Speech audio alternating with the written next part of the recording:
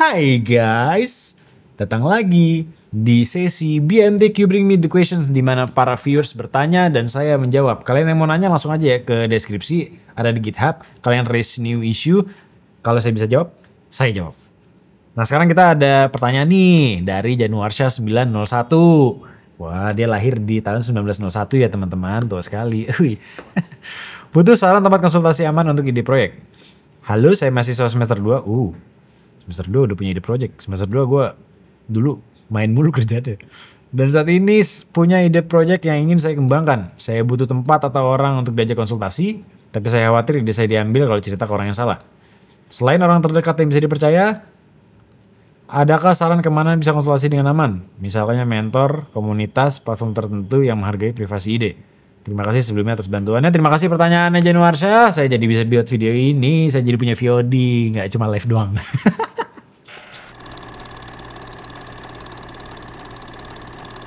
Ini akan cuma kita ngomong-ngomong doang ya, karena nggak ada diagramnya kalau ngomongin gini. Gini, pertama lu masih muda, lu itu semester 2, banyak ruang untuk gagal. Jadi kalau melihat pengalaman gue sebenarnya nggak terlalu pinter lah di field ini juga. Kita ngomongin bisnis lah ya, project itu kan bisnis. Jadi di bisnis itu kebanyakan orang, majority, kecuali orang-orang yang hoki, lu pasti gagal. Pegang omongan gue, pasti gagal. Apalagi lu baru pertama kali gitu kan. Jadi lu jangan takut gagal karena dicuri lah, gagal karena apa. Yang penting itu adalah eksekusi. Karena ketika lu eksekusi dan lu gagal, lu bisa belajar, lu bisa lanjut ke berikutnya gitu. Terus yang kedua itu, lu jangan kebanyakan mikir. Karena banyak banget sayings itu adalah ideas are gold, but execution is king. Anjay, ini ceritanya apa tuh namanya? Crown. King Crown. Maksudnya apa? Jadi ide itu memang bagus, ide itu tuh emas. Tapi tetap di atas ide itu adalah execution. Maksudnya gimana? Jadi ide itu kan sebenarnya punya lu. Jadi yang punya vision itu adalah lu sendiri.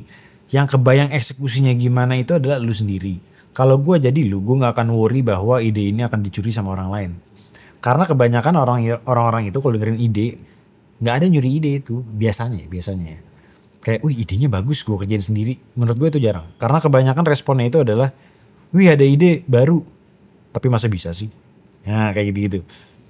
Tapi masa akan terjadi sih? Kebanyakan orang tuh skeptis biasanya kalau dengerin ide. Apalagi kalau misalnya ide lu tuh breakthrough gitu ya. Bukan yang semua orang udah buat gitu.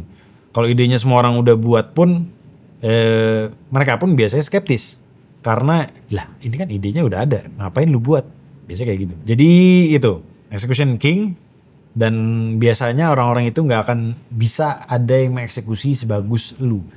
Makanya investor itu pengennya nginvest, tidak menjalankan sendiri, karena mereka melihat bahwa orang yang punya ide ini punya kapabilitas untuk mengeksekusi semuanya sesuai dengan apa yang dibayangkan sama si foundernya biasanya gitu. Terus yang paling penting itu adalah lu harus bentuk tim. Cepat-cepat bentuk tim lah. Karena walaupun diskusi mentor dan lain-lain itu bagus, tetap nomor satu itu adalah tim lu. Jadi lu bisa diskusi sama tim, dan itu yang lebih penting sebenarnya. Walaupun diskusi sama mentor penting ya. Ngomong-ngomong tentang mentor, tadi kan lu punya pertanyaan bahwa apakah ini diskusinya better ke mentor atau ke komunitas atau segala macam. Nah kalau di bisnis itu biasanya bentuknya itu selalu mentor. Jadi nggak pernah ke komunitas atau kemana, biasanya itu selalu mentor atau ya partner yang terpercaya. Jadi opsi jangan komunitas, jangan, karena trustnya itu sangat sedikit. Mentor itu bentuknya bisa macam-macam.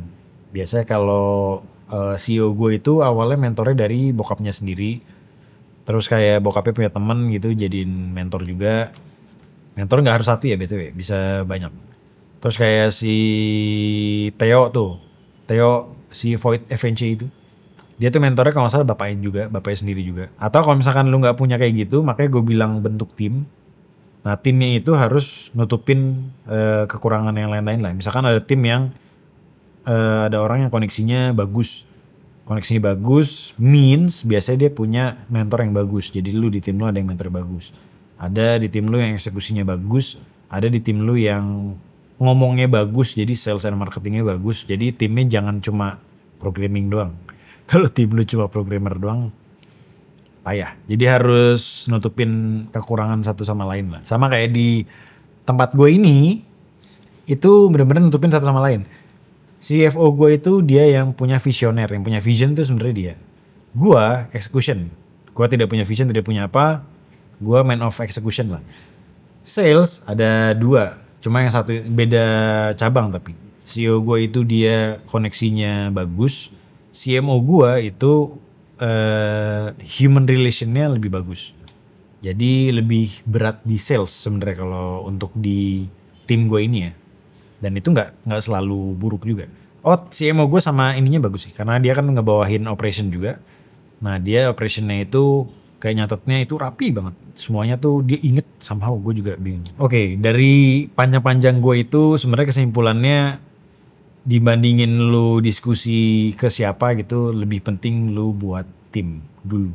Kalau timnya udah ada, baru lalu boleh cari mentor. Itu aja. Tapi ingat, jangan gimana ya? Satu, percayalah cuma lu doang yang bisa eksekusi. Karena kalau lu bilang kayaknya ide gue ini bisa dieksekusi sama siapapun, berarti ide lu tidak segitu bagus ya.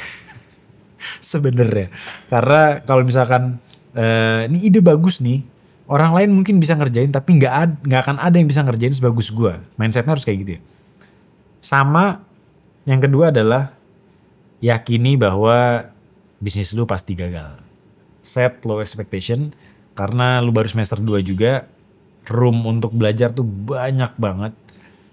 Jadi ya gitu, namanya bisnis biasanya coba ini, gagal, coba ini, gagal, coba ini, gede, lanjut. Gitu, oke? Nama gue Iqbal, see you at the next video.